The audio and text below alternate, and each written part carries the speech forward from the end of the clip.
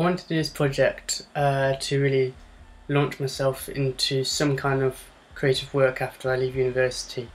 So by making a site, hopefully I can promote work and work with my friends, making videos, making photography.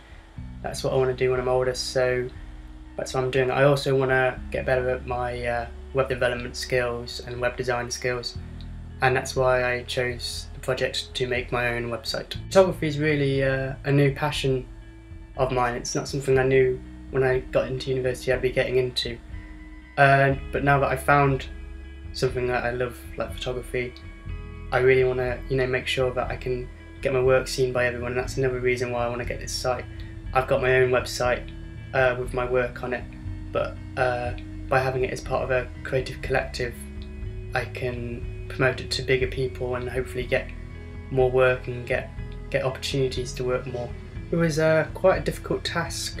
I think I took upon myself to make this site because I didn't really have any experience in web design at all, and I didn't really know how I was going to go about doing it. Originally I thought maybe I might use WordPress to design it with, but I think I really wanted to develop my own skills, so I made an entire site from scratch, and basically I just told myself that I'd learn what I needed to know as I went along, and if I had to put in more work for it, then I guess I'd have to do that. But I think it paid off in the end because I managed to learn everything I wanted to. I learned a lot, and it still looked good as well. I didn't miss out on the design as well.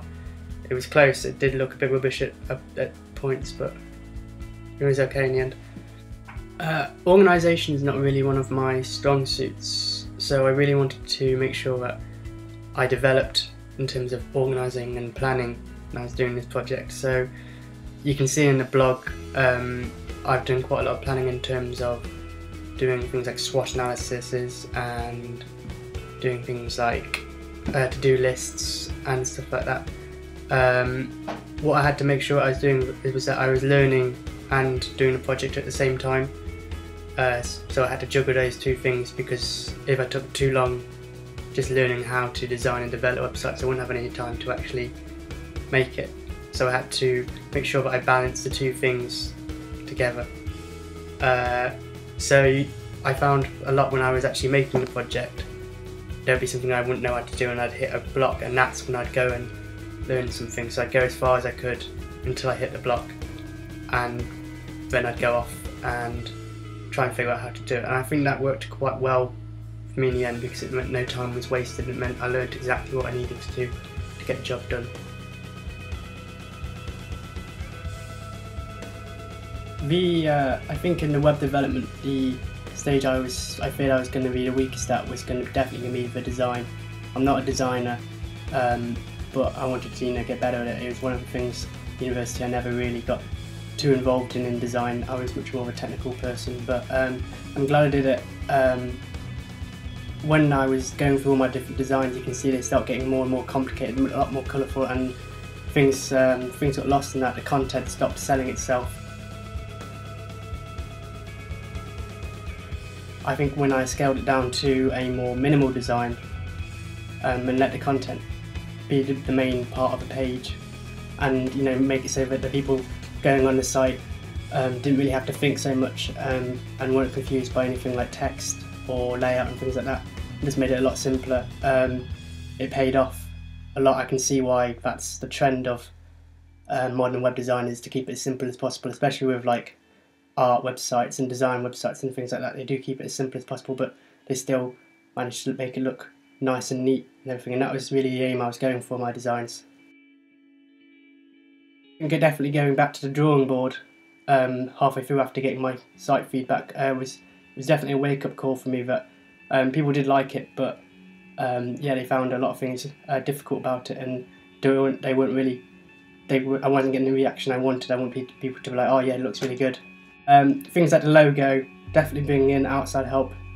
Well, outside help, which is also people by Stock Puppet. So, Josh, a member of Stock Puppet, made the final logo, which is good because it shows that it was a collaborative process, having other members of Stock Puppet contribute.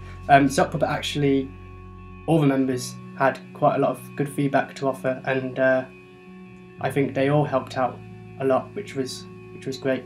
My lesson learned for next time is definitely to make sure that I have a design which I really do like before I start developing. I think I felt a bit pressured when it was getting into like the 6th or 7th week, and I actually hadn't started building yet because I was focused more on like learning and getting it to look right and getting everything laid out and all the content sorted.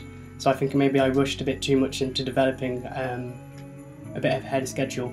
Fortunately, all the development I was doing, because of how easy it is to change styles and text and things like that in websites, because of the way I'd organised it, to have it when you change one bit of CSS style, it would change the entire website really easily, and it was really quick. So that was good. I'm definitely very glad I did that. Yeah, selling the content was the most important thing. Like the slider works really well. It's very simple, but it really just pushes everything that we're doing, and it's something I can continuously update and change to whatever is most recent. The other design bits I'm proud of are definitely the music page. I really like how that works. I think it was great that we got loads of photos which work well together. It shows that there's like a brand. I think it gave like a good brand identity to the sock puppet, which was good. And the photography looks good, and that's something which is also going to be continuously updated as we get better and better. Obviously now we have actual categories to work towards. Our photographers, me and Josh, can definitely work on that and get getting a portrait section in there, because portraits sell.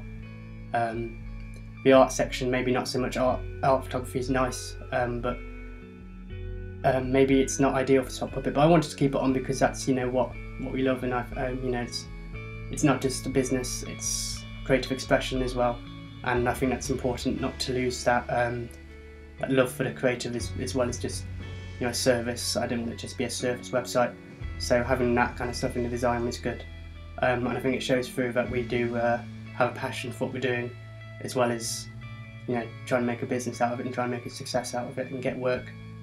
I think that came across really well in the site. I think there was definitely that element in it.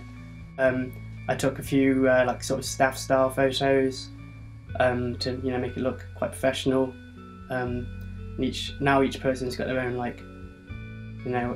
little bit on the site for themselves, which is good, because you can dig deeper into the site and find more about who we are as people, as well as just the business. So it has that personal element to it, which I think is a good part of the design.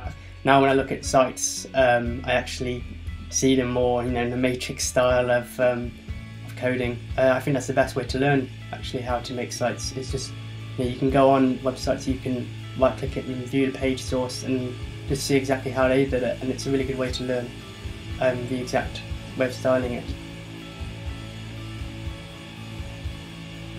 In terms of how development went, I think I discovered myself one of the main things I learned about web development is how many people out there are there to help you. Just by going online, I found so many tutorials and scripts and things like that, and thanks to the advance in technology, like YouTube videos and stuff like that, it really helped me. I think maybe 10 years ago I wouldn't have been able to do the kind of things I did inside, just because I wouldn't have been able to get the information. I'd probably have to take a course and stuff like that, but now you don't have to do anymore, which I think is fantastic, and it really did help me out in the making of the site.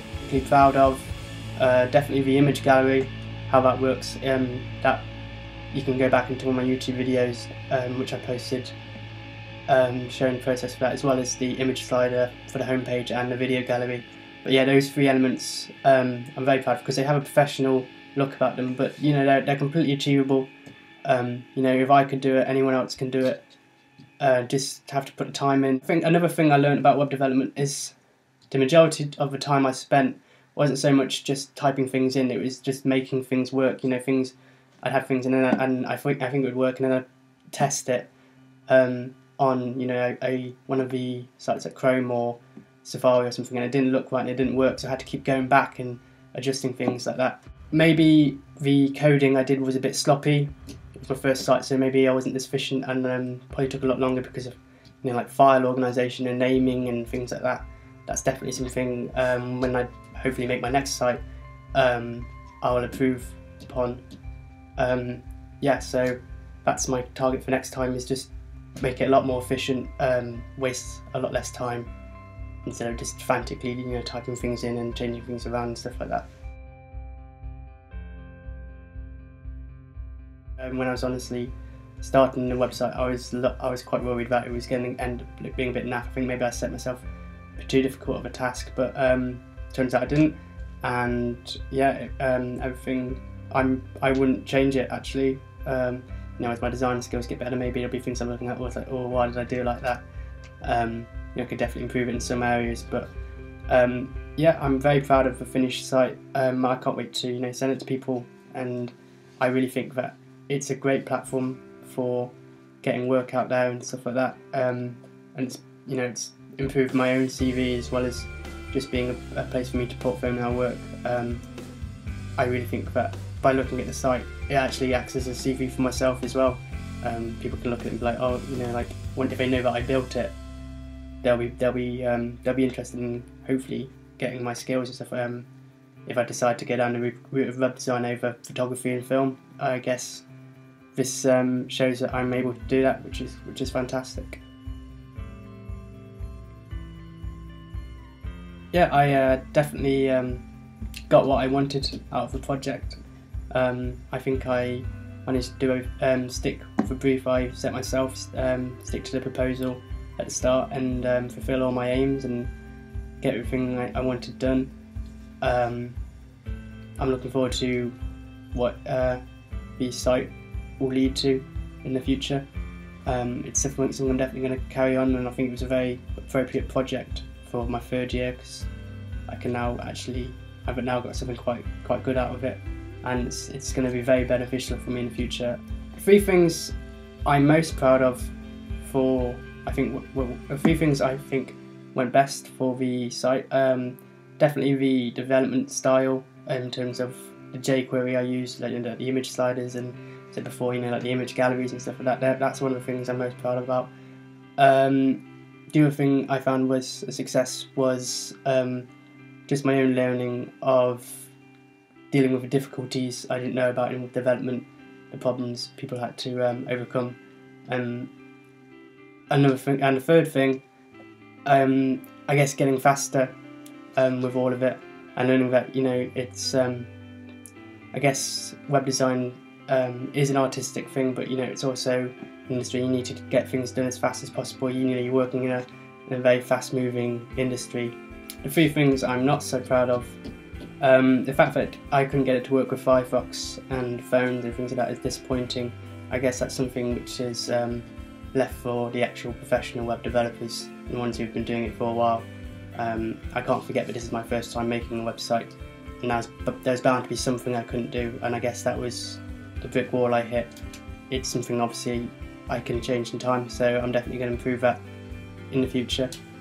The second thing I will improve for next time will be focusing more on the design process and making sure that that's done, and, you know, get a lot more inspiration, and, you know, treat it much more as an artistic project instead of a technical one, or maybe balance both aspects. Give more care to the design process. Yeah, the third thing I maybe needed to improve was remembering why I was making the site, apart from just improving my own skills and demonstrating some development skills, was this purpose of the site, and maybe I lost that aspect in terms of, you know, how the audience looked at it. Maybe I need to focus next time when I'm making a site on how the audience perceives the site instead of how I want to portray it. You know, like just things to look at, especially, you know, like changing the photography to, instead of just me and Josh, to the different categories. Obviously, people might be confused when they see it. That kind of could throw a few people, and those kind of things I need to take into more consideration for next time. You know, I've changed it now, but I probably missed a few things which the audience might pick up on, or the viewers might pick up on, which I didn't. Fortunately, doing feedback and stuff, I guess I've realised the importance of feedback, and will be paying a lot more attention to it in the future.